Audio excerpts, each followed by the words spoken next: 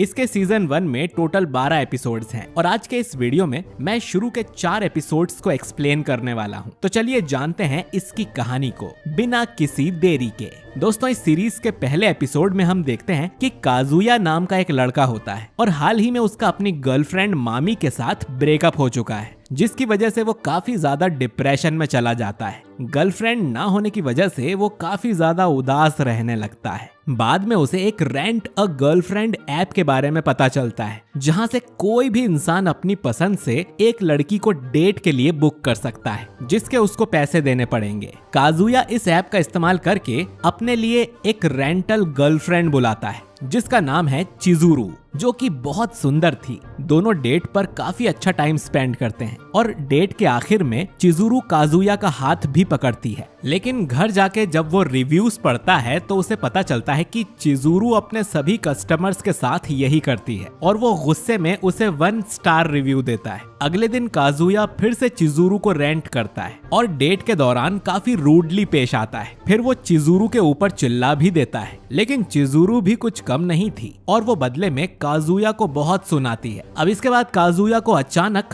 Hospital से phone आता है कि उसकी दादी की तबीयत बहुत ज्यादा खराब हो चुकी है, जिसके तुरंत बाद काजुया चिजुरू को अपने साथ लेकर उस हॉस्पिटल में चला जाता है, क्योंकि उसका रेंट टाइम अभी बाकी था। चिजुरू को देखते ही काजुया की दादी उससे पूछती है कि तुम्हारे साथ ये इतनी सुंदर लड़की कौन है, जिसके जवाब में काजुया अपनी दादी से झूठ बोल देता है और कहता है कि ये मेरी नई गर्लफ्रेंड है। ये सुनने पर काजुया के मॉम डैड काफी हैरान रह जाते हैं, क्योंकि उन्हें नहीं लगता था कि उनका बेटा इतनी सुंदर लड़की पटा सकता है। लेकिन काजुया की दादी उसके मॉम डैड को डांट कर वहाँ से भगा देती है। अब यहाँ पर काजुया की दादी चिजुरू और काजुया से एक बहुत ही अजीब सवाल पूछती है कि उन दोनों ने अब तक मचाया कि नहीं। चिजुरू दादी को बताती है कि अब तक हम दोनों ने ऐसा कुछ करने का नहीं सोचा है, लेकिन जब भी हम सोचेंगे तो आपसे पूछकर ही करेंगे। दरअसल काजुया की दादी बहुत ही ज्यादा ओपन माइंडेड थी और वो अपनी बाकी बूढ़ी सहेलियों को बुलाने के लिए जाती है ताकि वो उन सबको चिजुरू से मिलवा सके। लेकिन ये सुनकर चिजुरू काफी ज्यादा परेशान हो जाती है, क्योंकि इसी हॉस्पिटल में उसकी दादी भी एडमिट है, जिन्हें ये नहीं पता कि चिजुरू रेंटल गर्लफ्रेंड का काम करती है। वो दोनों अब उनसे छिपने के लिए बगल वाले एक बेड पर लेट जाते हैं और खुद को कंबल से छुपा लेते हैं। अब काजुया और चिजुरू काफी ज्यादा खराब हालत में आ चुके थे,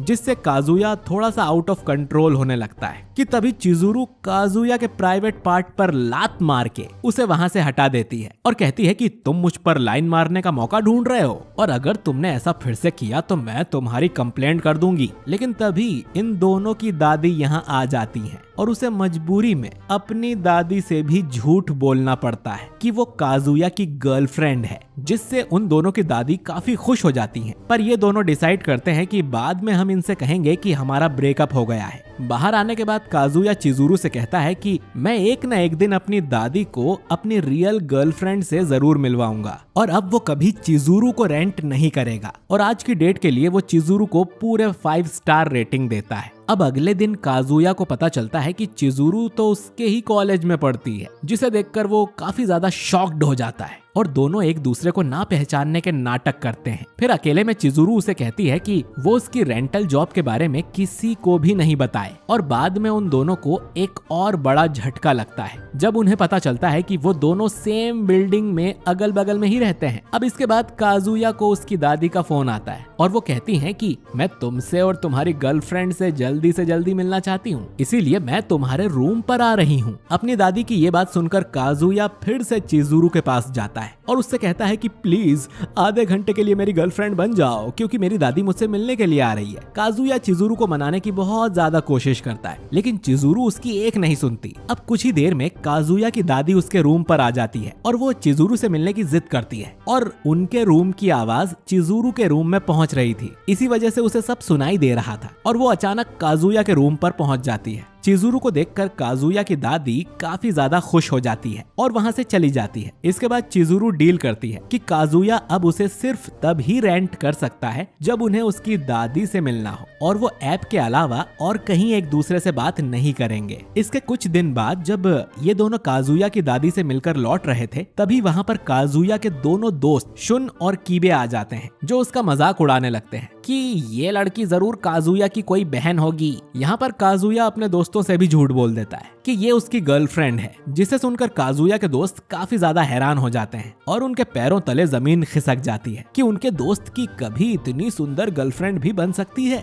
वो उससे अकेले में पूछते हैं कि उसने चिजुरू के साथ अब तक मचाया कि नहीं, लेकिन काजुया उन्हें मना कर देता है। इसके बाद काजुया के वो दोस्त चिजुरू और काजुया को अपने साथ एक पार्टी में लेकर जाते हैं, लेकिन यहाँ काजुया की एक्स गर्लफ्रेंड मामी भी मौजूद थी। काजुया चिजुरू को अपने सभी दोस्तों से मिलवा देता है और कहता है कि ये मेरी नई गर्लफ्रेंड है, जिसे सुनकर मामी बहुत ही ज्यादा जलन फील करने लगती है और वो बातों ही बातों में चिजुरू के सामने काजुया की काफी ज्यादा बेइज्जती करने लगती है कि वो कितना बड़ा लूजर है, जिसे सुनकर चिजुरू उसके लिए खड़ी होती है। लेकिन काजुया चिजुरू को चुप करा देता है कि वो असल में लूजर ही है। ये सुन चिजुरू यहाँ से चली जाती है। पार्टी के बाद मामी काजुया से मिलती है और उससे माफी मांगती है। वो उसे अपने घर चलने के लिए भी इनवाइट करती है। ये सुन काजुया के मन में लड्डू फूटने लगते हैं, लेकिन तभी मामी का कॉल आता है और उसे पता चलता है कि उसका भाई आज घर पर ही है, जिसकी वजह से वो काजुया को अपने घर पर नहीं ले जा सकती। फिर मामी जब चिजुरू के बारे में भला बुरा कहती है तो काजुया उसे रोक देता है, लेकिन काजुया मामी को अब भी बहुत पसंद करता था। घर आकर वो चिजुरू से भी माफी मांगता है, लेकिन चिजुरू कहती है कि उसे कोई फर्क नहीं पड़ता। काजुया चिजुरू की ये बात सुनकर समझ जाता है कि अब उसे मामी के साथ ही वापस रहना चाहिए, क्योंकि चिजुरू तो एक रेंटल गर्लफ्रेंड है जो कि आज नहीं तो कल उसे छोड़कर चली जाएगी। अब कुछ दिन बाद काजुया के दोस्त उसे जबरदस्ती अपने साथ बीच पिकनिक पर ले जाते हैं और काजुया बहाना बना देता है कि चिजुरू उनके साथ नहीं आ सकी। यहाँ पर हमें पता चलता है कि असल में मामी को काजुया से बहुत जलन हो रही थी, इसीलिए वो उन दोनों का ब्रेकअप करवाने का ठान लेती है। इसीलिए वो आज काजुया के काफी क्लोज आने की कोशिश करती है और उसे अपने पिछले रिलेशनशिप की बातें याद दिलाने लगती है। उसी वक्त वहाँ पर चिजुरू भी आ जाती है। असल में आज वो भी अपनी दोस्तों के साथ बीच पर आई थी,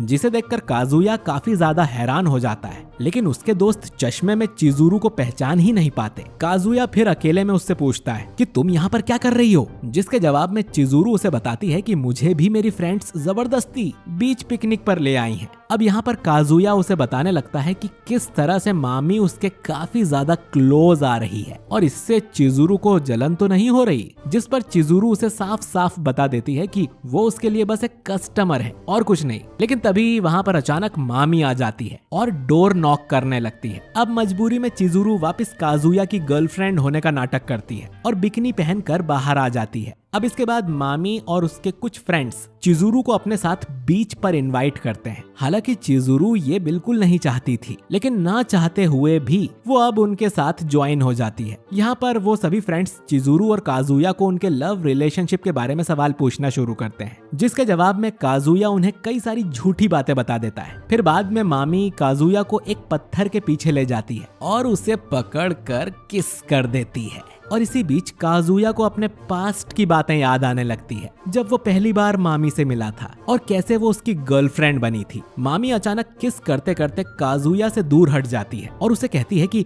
मुझे माफ कर दो, मैं खुद पर काबू नहीं रख पाई। अब तो काजुया समझ गया था कि मामी भी उससे प्यार करती है। वो फिर से अपने दोस्तों के पास आ जाता है और सबको बता देता है कि मेरा और चिजुरू का जल्दी ही ब्रेकअप होने वाला है, जिसे सुनकर उसके दोस्त काफी ज्यादा हैरान हो जाते हैं। काजुया का बेस्ट फ्रेंड कीबे बहुत ज्यादा गुस्सा हो जाता है और वो काजुया को थप्पड़ मार देता है, ये कहते हुए कि तुम्हें चिजुरू जैसी इतनी अच्छी गर्लफ्रेंड मिली जो तुम्हारा इतना ख्याल रखती है, लेकिन तुम फिर भी उसका दिल तोड़ रहे हो। दोनों एक दूसरे को मारने लगते हैं। कीबे इस बात का सारा ब्लेम मामी पर डाल देता है और कहता है कि तुम काजुया और चिजुरू के रिलेशनशिप के बीच में आकर सब कुछ खराब कर रही हो। अब उसके बीच काजुया वहाँ से निकल जाता है और वो चिजुरू से माफी मांगता है, जहाँ पर चिजुरू उससे कहती है कि तुम्हें माफी मांगने की कोई जरूरत नहीं है, बल्कि अच्छा हुआ तुमने सबको बता दिया कि हम दोनों ब्रेकअप करने वाले हैं। अब उसे काजुया की गर्लफ्रेंड होने का नाटक नहीं करना पड़ेगा। इसके बाद कीबे चिजुरू से कुछ बात करने उसे बीच पर ले जाता है। कीबे चिजुरू को बताने लगता है कि काजुया बहुत ही ज्यादा अजीब किस्म का इंसान है, जिसे लड़कियों से बात करना ही नहीं आता, लेकिन वो दिल का बहुत ज्यादा अच्छा है और वो सबका ख्याल रखना जानता है। और इसके बाद वो चिजुरू को फेरी ट्रिप के 2 टिकट भी देता है और कहता है कि आज शाम तुम दोनों इस बोट ट्रिप पर जाओ ताकि तुम आराम से सोच पाओ कि तुम दोनों को आगे ब्रेकअप करना है या नहीं। दूसरी तरफ काजुया, जो कि छुपकर ये सारी बातें सुन रहा था, वो काफी ज्यादा इमोशनल हो जाता है और तभी वहाँ पर उसके पीछे एक कुत्ता आकर जोर से भौंकने लगता है, जिसकी वजह से वो झाड़ियों से बाहर निकल जाता है। ना चाहते हुए भी चिजुरू और काजुया वो बोट टिकट्स ले लेते हैं, क्योंकि चिजुरू कीबे जैसे अच्छे दोस्त का दिल नहीं तोड़ना चाहती थी, लेकिन ये उनकी आखिरी मुलाकात होगी और फिर ये कभी नहीं मिलेंगे। इसके बाद दोनों उस फेरी बोट पर चले जाते हैं, जहाँ पर चिजुरू की तबीयत काफी ज्यादा खराब लग रही थी। इसी बीच अब काजुया को मामी का कॉल आ जाता है और वो उसे होटल के पूल में मिलने के लिए बुलाती है, जहाँ वो बिल्कुल अकेली है। जब वो दोनों ये बातें कर ही रहे होते हैं कि तभी चिजुरू की तबीयत और ज्यादा खराब हो जाती है और वो बोट से नीचे गिर जाती है। सभी लोग वहाँ पर इकट्ठा हो जाते हैं और चिल्लाने लगते हैं कि एक लंबे बाल वाली लड़की अचानक बोट से पानी में गिर गई है। काजुया तुरंत समझ जाता है कि यह जरूर चिजुरू ही होगी और बिना कुछ सोचे समझे वो चिजुरू को बचाने के लिए पानी में कूद जाता है और 4th एपिसोड यहीं पर खत्म हो जाता है।